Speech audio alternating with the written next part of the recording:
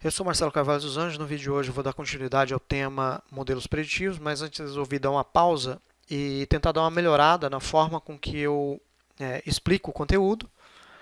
E um dos objetivos do canal é facilitar o entendimento. Não importa se é um engenheiro, se é um matemático, um físico, um estudante de graduação, de ensino médio, um técnico de manutenção ou um cientista da computação.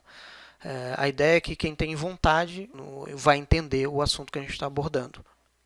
E eu resolvi criar uma apresentação em forma de mapa. Então, sempre quando eu estiver falando de determinado assunto, por exemplo, hoje a gente está falando de modelos preditivos. Então, hoje a gente está aqui. Porque a ideia de demanda, por exemplo, a ideia de abordagem de projeto de pesquisa, e quando eu estou falando pesquisa aqui, é pesquisa industrial, digamos assim, tá? Não é uma pesquisa acadêmica, é válida também, mas não tem todos, uma série de processos ali que dentro da pesquisa acadêmica tem. Então, no caso aqui, ó, a gente tem a fonte de dados, os programas motores, que a gente chama interfaces, pode ser, aqui a gente colocou R, mas pode ser outras ferramentas também, a ferramenta que a gente trabalha é o R. Modelos de resultados, comunicação e a demanda e aplicações. Sobre a demanda é sempre a primeira, mas isso eu já fiz um vídeo a respeito de demanda, como que ela vem, como que ela identifica, o método que a gente usa, que é o PDCA e tudo mais. Tá? Então não vou ser repetitivo aqui, já tem um vídeo a respeito disso. E a partir do momento que a gente já tem a demanda aqui, aí vem as fontes de dados, vem o R, por exemplo, que é o código aqui, os gráficos aqui, a engine do R aqui, as APIs, os pacotes que a gente utiliza, os frameworks, no caso PyTorch, o TensorFlow, que é mais voltado para redes neurais. Então, sempre quando eu estiver falando de determinado assunto, eu vou apontar aqui na tela, olha, estamos falando aqui desse determinado assunto, ok? Um projeto, controle de versão no GitHub, o código de pesquisa reproduzível, no caso aqui, eu já tenho até um exemplo que eu fiz a pesquisa de mestrado lá em 2010, eu já atualizei ela para um arquivo reproduzível, então quem quiser, por exemplo, ele consegue entrar na minha pesquisa, usar os meus dados, executar e ver o resultado ali, os gráficos, tudo mais. Mas eu não quero usar os dados do Marcelo, eu fiz uma pesquisa com as mesmas características, eu quero usar os meus dados daqui da minha região. Ele consegue reproduzir essa pesquisa na região dele. Tá? A ideia do documento reproduzível é essa, ele consegue fazer já. Aqui a gente vai ter a comunicação, onde eu consigo colocar num site, num blog, transformar o meu conteúdo num livro ou em algum outro tipo de documento, um PDF, por exemplo, fazer uma API para se comunicar com outras aplicações, etc. E aqui a gente tem as aplicações. Então, cada etapa dessa, né, onde a gente estiver falando, eu vou estar apontando aqui para a gente ficar mais claro para quem está do outro lado. Porque para mim parece que é tudo simples, mas na hora, para quem está do outro lado já não né, talvez seja simples se eu apontar aqui, mas falando ali na tela, escrevendo ali, talvez não seja tão fácil de assimilar. Bom, e como hoje a gente vai falar de modelos preditivos, então a gente já tem aqui, então eu dividi aqui em etapas: demanda, dados, exploração, pré-processamento, modelo, workflow, tuning e validação. Boa parte desses fluxos aqui a gente já viu nos modelos ITN Dataset, então a gente já tem aqui a demanda, né, lá, a gente já passou pelos objetivos, pelos pacotes, a gente vem aqui para os dados, lá a gente não fez o split, a gente juntou os dados, mas geralmente o que a gente faz aqui é um split de dados, eu separo entre treino e teste.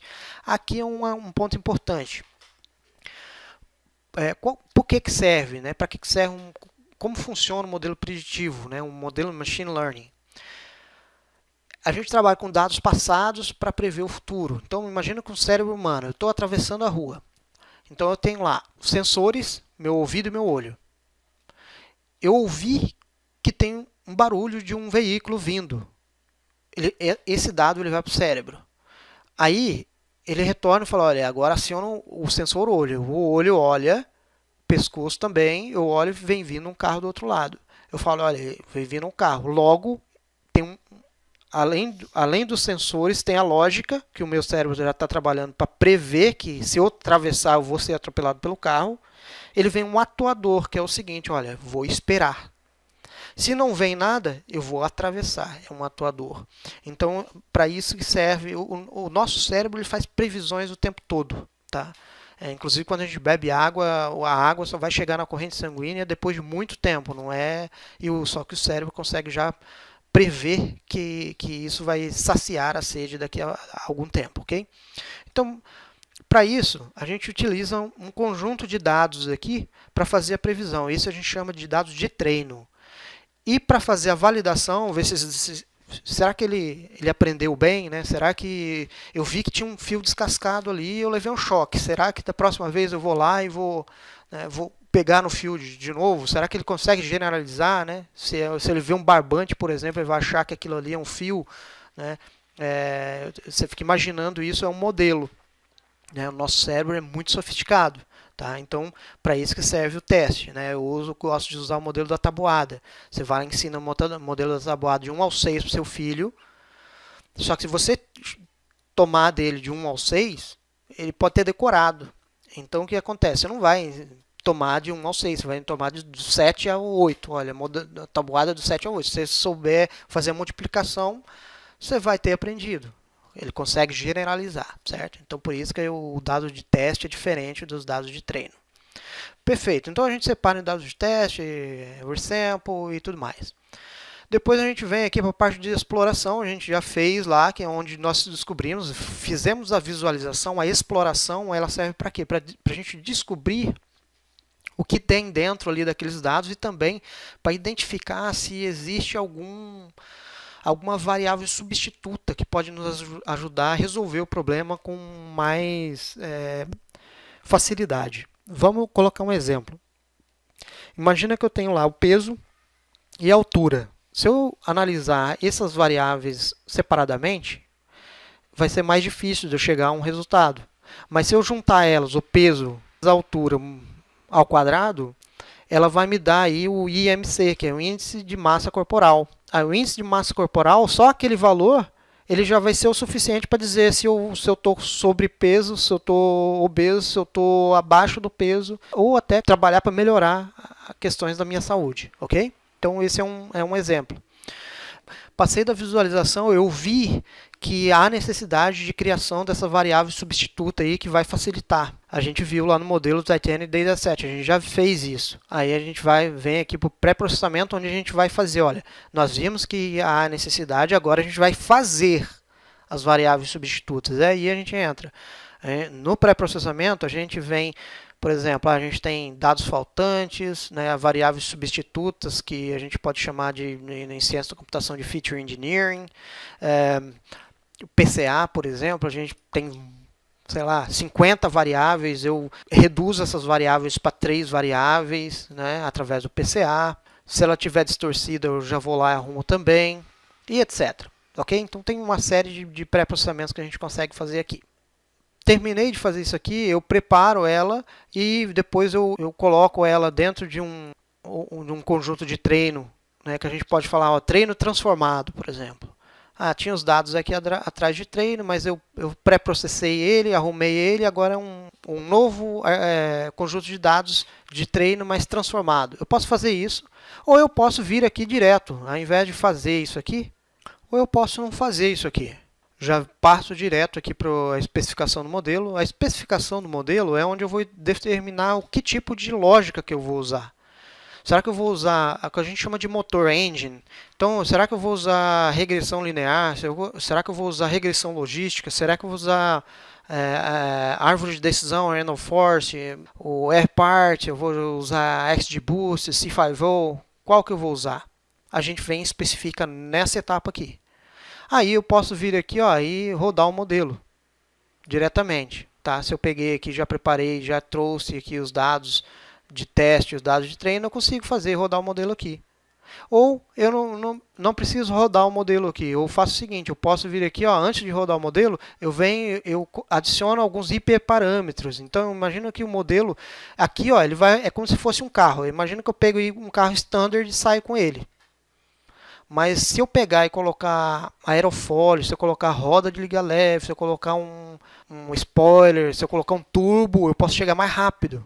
Não é? Eu posso ter, se o meu objetivo é desempenho, eu vou chegar mais rápido. Se o meu objetivo é andar na lama, por exemplo, eu posso estar colocando um amortecedor diferente. Então, Esse tuning aqui é exatamente isso, é o que a gente vai fazer lá no próximo vídeo. Tá?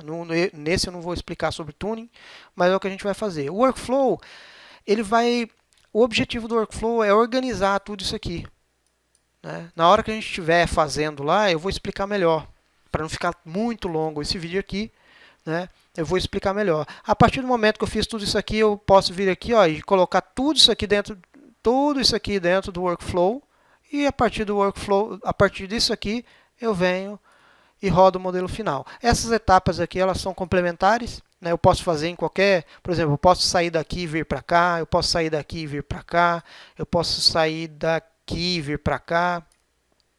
Então, elas são complementares. Tá? Então, por isso que a ideia de usar o mapa aqui é exatamente para não se perder no meio ali, porque existem várias formas de fazer. Ok? Então, aqui a gente consegue comparar modelo, variável, colocar ela num Shine Interface. Quando a gente colocar em produção, por exemplo, modelo, não necessariamente eu preciso sempre todos os modelos, né? Essa é uma preocupação principalmente quem está começando, de colocar o modelo lá no site de internet, onde eu vou colocar os dados e eu quero saber as previsões. Isso é possível, tá?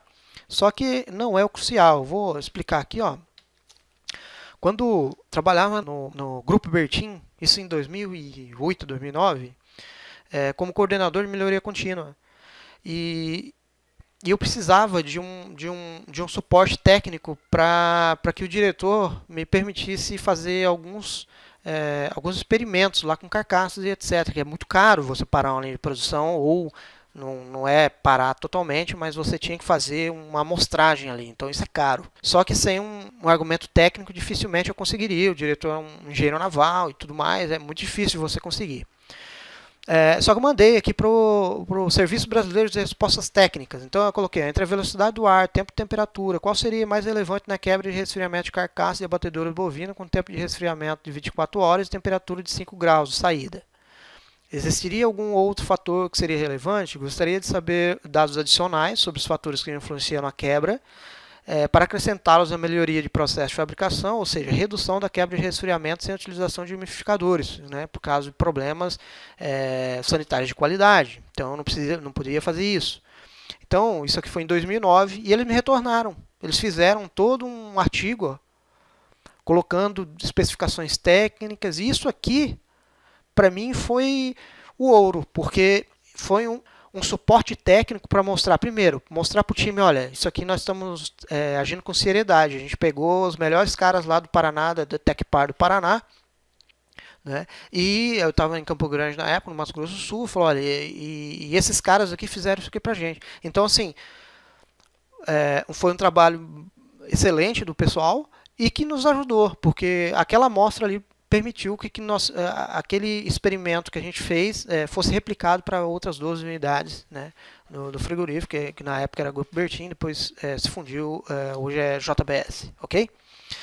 Então, não necessariamente um artigo ou uma melhoria, ela vem através do site onde eu vou colocar e fazer as previsões, tá? Ela vem também como suporte técnico para novos experimentos, né? No caso de medicina, por exemplo, uma pesquisa clínica, né?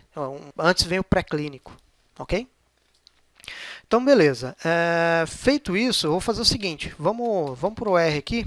Eu vou tentar replicar isso aqui de uma forma um pouco mais simples. Eu acho que já tem bastante tempo aqui, mas vamos lá. Eu vou fazer a mesma coisa aqui.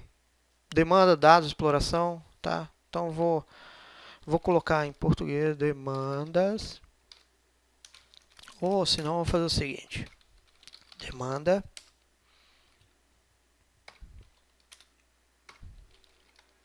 Pacotes. Vou fazer isso aqui, eu já criei aqui as etapas.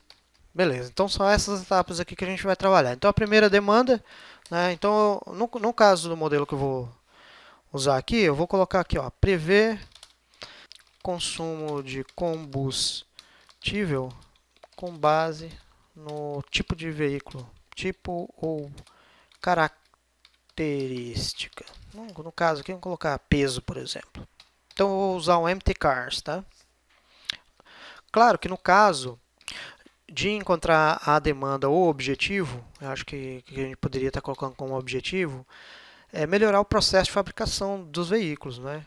Porque, por exemplo, aqui quando a gente entra no Fuel Economy, vai ser um site do governo dos Estados Unidos, onde você consegue encontrar dados de economia de combustível em veículos. E o que faz isso? Ele permite que as pessoas entrem lá e vejam, e isso gera uma troca de demanda em veículos que consomem menos e estimula as indústrias melhorarem continuamente. Não necessariamente o carro, porque ele é grandão, ele tem que consumir muito. Hoje a gente já vê no Brasil, por exemplo, né, que são carros quase que SUVs com 3 cilindros, certo? Então vamos lá, pacotes. Eu vou usar library tidyverse, library tidy models. Só esses dois, né? Vou usar só esses dois aqui. O dados eu vou usar mtcars, que já é um velho conhecido nosso, mas eu vou fazer o seguinte, ó, slice sample. Eu vou tirar uma pequena amostra de 10, mas o slice sample ele serve para fazer um randômico aqui, né? Então ele pegou aqui uma amostra aleatória, né, dos registros que eu tenho. Então aqui a gente tem milhas por galão, cilindro, displacement, que seria o equivalente a cilindradas, HP, e assim por diante. Diferencial, peso, aqui é interessante que é peso, aqui, tá? E VS é V ou straight, que é em linha, ok? Então, beleza. Então, eu fiz isso aqui. O que eu vou fazer? A gente vem, cadê? Em split. Então, split. Vou colocar MTK. Eu estou fazendo esse aqui dessa vez porque eu consigo fazer o modelo inteiro aqui.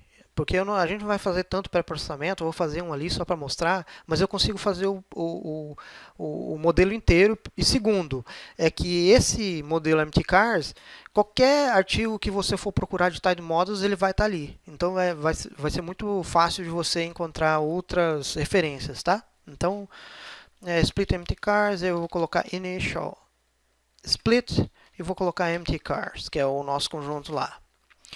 Aqui eu vou colocar prop, é a proporção. Então, 3/4. Né? Se eu está dividido em 4, 3 vai ser para treino e o resto vai ser para teste. Quando eu fiz isso, eu crio aqui ó, um índice. Né? Ele não vai ser um conjunto de dados, ele vai ser um índice. Dizendo, olha, 24 registros. Então, para treino, 8 para teste, 32 no total. Só tem 32 registros aqui, ok? Mas ele não criou ainda o conjunto de dados. Então, para eu criar um conjunto de dados de treino, eu vou colocar train mtcars. Tá? O nome pode ser qualquer um, eu sempre gosto de colocar dessa forma aqui para facilitar. E eu vou colocar ó, training split mtcars. Perfeito. Se eu quiser colocar teste mtcars, testing split mtcars, ok? Mas eu não vou fazer isso agora. Perfeito. Agora eu venho para a exploração. Na exploração, o que eu vou fazer? Eu vou pegar ó, mtcars, sempre lembrando que isso aqui ó, é a mesma coisa que então mtcars e então, aí eu venho o ggplot as e venho ó, no eixo x, eu vou colocar se ele primeiro eu vou colocar o peso e no eixo Y eu vou colocar milhas por galão.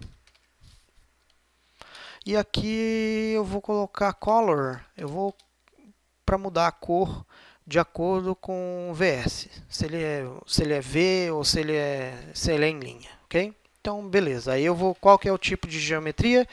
Geom point, ok. Então já vi aqui, ó. Então eu sei que quanto mais o peso, maior o peso, aqui o peso está em pounds, tá? Mas em 2 multiplicado por 1000 pounds, 3 multiplicado por 3.000 pounds, 4.000 pounds e 5.000 pounds, 2.500 quilos por aí, ok? Então ele está dizendo o seguinte, ó, que quanto mais pesado o veículo, menos milhas por galão ele faz. Então quanto, por exemplo, esses aqui, olha só, ele é em linha, né? Motor em linha e pesa bem pouquinho, ele faz muitas milhas por galão. Em compensação, esse aqui, muito pesadão, ele faz poucas milhas por galão. Então eu sei que tem uma correlação negativa aí. mtcars vou fazer outro ggplot is x, eu vou colocar, ao invés disso, eu vou colocar o cilindrada aqui, o displacement, y eu vou colocar miles per gallon, só, não vou colocar cor nem nada, e vou colocar aqui geom point. Ok. Aqui eu já vi que deu uma diferença com relação a esse gráfico, que ele já está mais direto aqui, só faz a curva aqui embaixo. Esse aqui já não. Ele tá uma curva aqui, ele faz uma curva e depois ele vem para baixo. Então aqui eu sinto já que há necessidade de criar uma variável substituta. Então eu venho para a parte de Feature Engineer. Já sei aqui que aqui eu não vou escrever nada, mas precisa. Então, no caso aqui, eu vou criar uma Natural Spline. Então, por exemplo, eu venho aqui, eu vou fazer o seguinte. No pré-processamento, eu vou criar o nome. Geralmente eu coloco rec Linear Model, MT Cars. E vou colocar recipe miles per gallon, explicado por todas as variáveis, data, e eu vou colocar como dado aqui, vou colocar o train empty cars que a gente criou lá em cima. Então nós criamos o train empty car aqui. Eu estou dizendo o seguinte: MPG, milhas por galão, é a saída, é o outcome, a variável de resultante, né? E esse tio aqui é explicado e o pontinho aqui é como se fosse o asterisco do Windows, explicado por tudo, todos o restante das variáveis. E aqui eu vou colocar step, que é o que a gente já fez lá também no Titanic Dataset, só que aqui eu vou colocar Natural Spline e vou colocar o Displacement. Ok.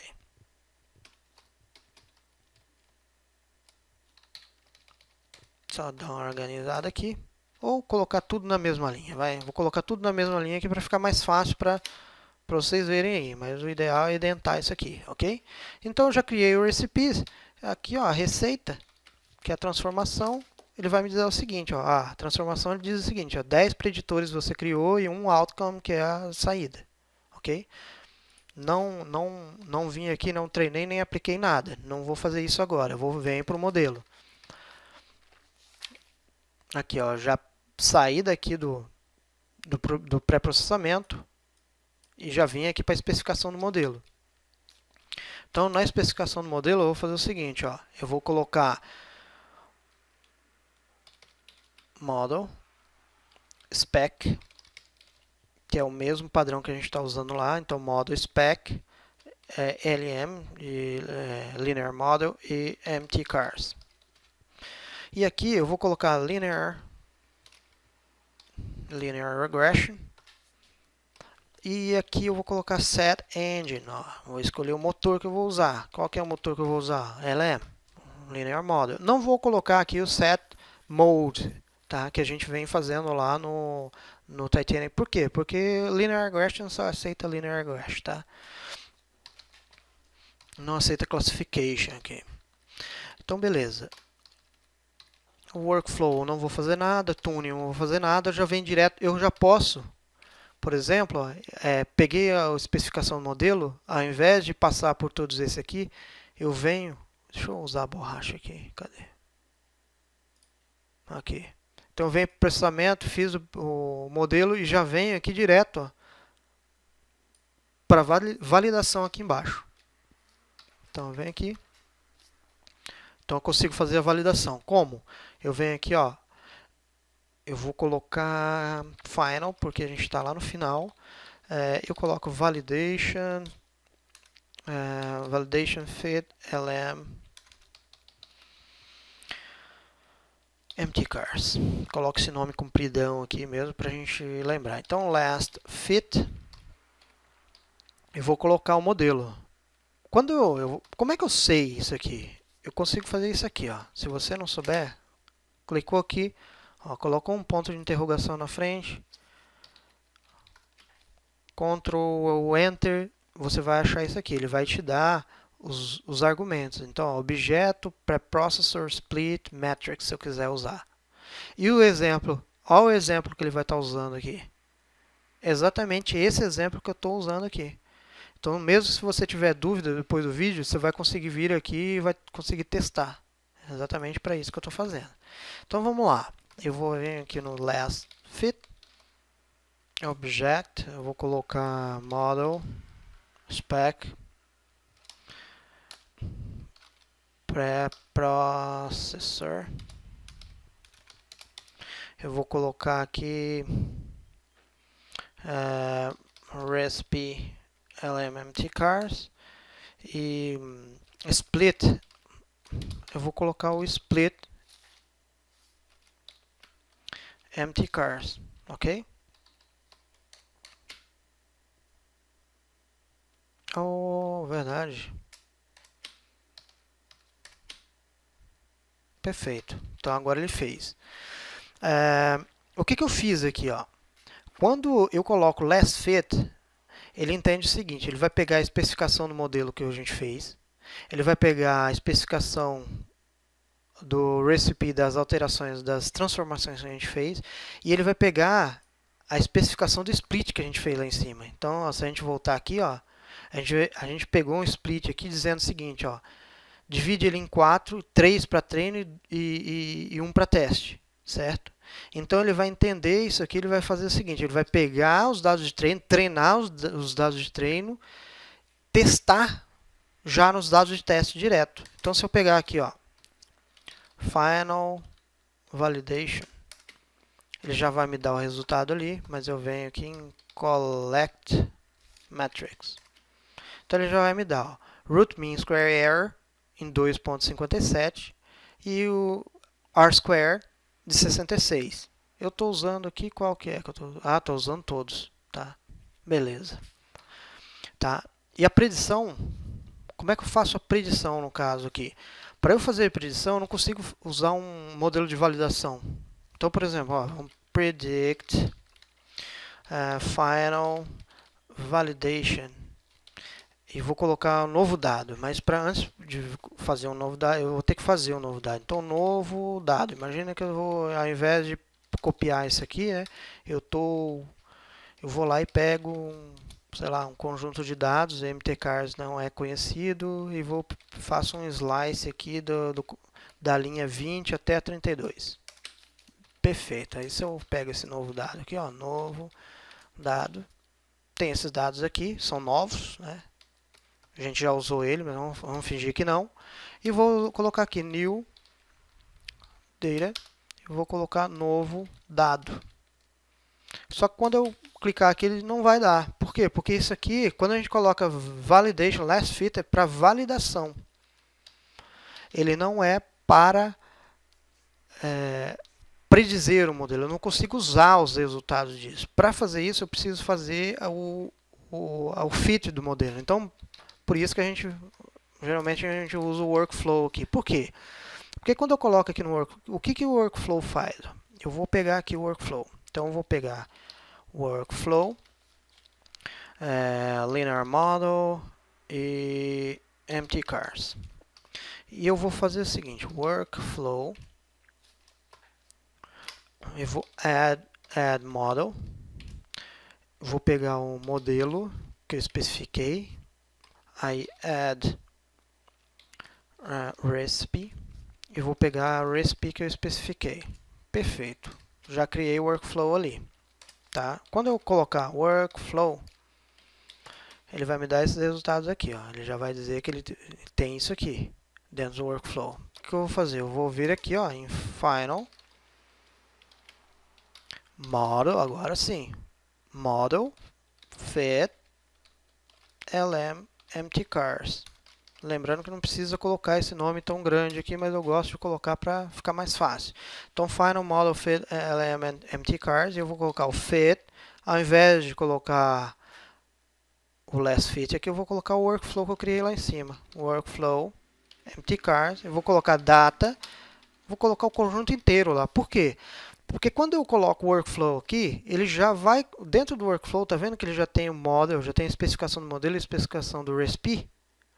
Então, quando ele tem tudo aqui dentro, ele vai aplicar tudo isso que a gente fez lá atrás dentro desse conjunto aqui. Então, não preciso me preocupar em colocar MTcars aqui, porque ele já vai fazer tudo isso e vai retornar o modelo.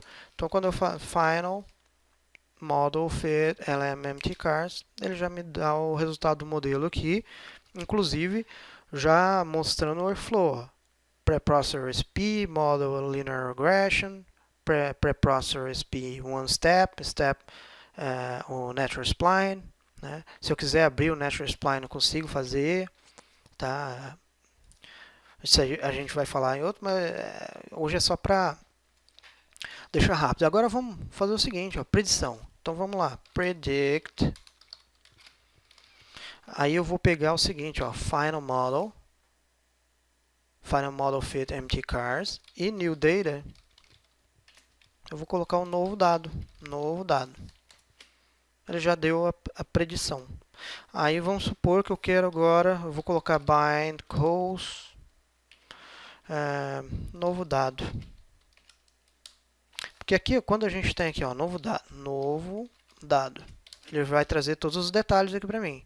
O que eu estou fazendo aqui é o seguinte, ó, prevê, retorna predição, que é isso aqui, e faz uma junção na coluna novo dado. Ele vai colocar isso aqui, ele vai fazer isso aqui, ó. Ele vai colocar o pred aqui dentro do novo dado. Então, isso aqui é o valor previsto, esse aqui é o valor real. Esse aqui é o valor previsto, esse aqui é o valor real. Esse aqui é o valor previsto, esse aqui é o valor real. O restante, a diferença disso aqui, a gente já viu lá no vídeo de regressão linear, lembra? A diferença é o quê? São os resíduos, né? Eu consigo fazer o mapa de resíduo, consigo fazer uma série de coisas. Mas a ideia hoje central era fazer todo o processo. Então, quando eu colocar isso aqui, ó, ele já volta aqui tudo para... Não vou fazer um por um aqui, mas vou só explicar por que eu gosto. Aí, para ficar mais legível, né? Mas daí eu quero abrir, eu venho abrir um por um, ou eu venho aqui em abrir todos. Perfeito? Você consegue ver por aqui também. Ok? Então a ideia do desenho vai ser exatamente isso, é mostrar, né, no próximo vídeo que a gente vai dar continuidade ao Titanium Dataset, a gente vai trabalhar com Hyperparameter Tuning, é mostrar em qual etapa que a gente está e por que a gente está fazendo aquela etapa. Porque como tem muitas formas de fazer o modelo, é importante a gente estar esclarecendo para ficar mais fácil, ok? Então é isso aí, um grande abraço e até o próximo vídeo.